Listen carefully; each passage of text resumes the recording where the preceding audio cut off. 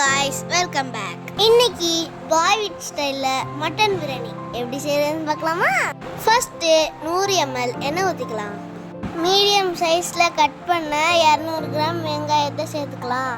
அது கூட 2 ஸ்பூன் நெய் ஊத்தி நல்லா வதக்கிக்கலாம். பட்டை, கிராம்பு, ஏலக்காய், பிரியாணி இலை எல்லாத்தையும் சேர்த்து நல்லா வதக்கிக்கலாம். வெங்காயம் நல்லா வதங்கினோடனே கொத்தமல்லி சேர்த்துக்கலாம். அடுத்து 1/2 ஸ்பூன் மிளகாத்தூள் சேர்த்து வெங்காயத்தோட நல்லா பரட்டி எடுத்துக்கலாம். மசாலா நல்லா வதங்கினோடனே 4 ஸ்பூன் இஞ்சி பூண்டு சேர்த்துக்கலாம்.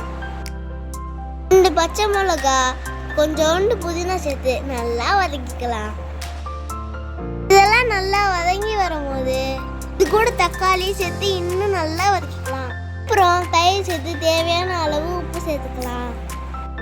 இன்னைக்கு நாங்கள் 1/2 கிலோ மட்டனுக்கு 1/2 கிலோ ரைஸ் எடுத்துருக்கோம்.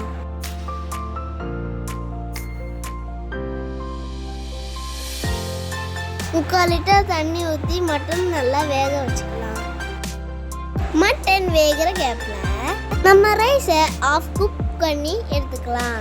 அதுக்கு நான் தண்ணியை நல்லா கொதிக்க விட்டு கேசரி பவுடர் 1 ஸ்பூன், எண்ணெய் 1 ஸ்பூன் சேர்த்து 1/2 மணி நேரம் ஊற வச்ச அரிசியை நான் சேர்த்துக்கிறேன். மட்டனை நீங்கள் குக்கரில் கூட வேக வச்சு சேர்த்துக்கலாம்.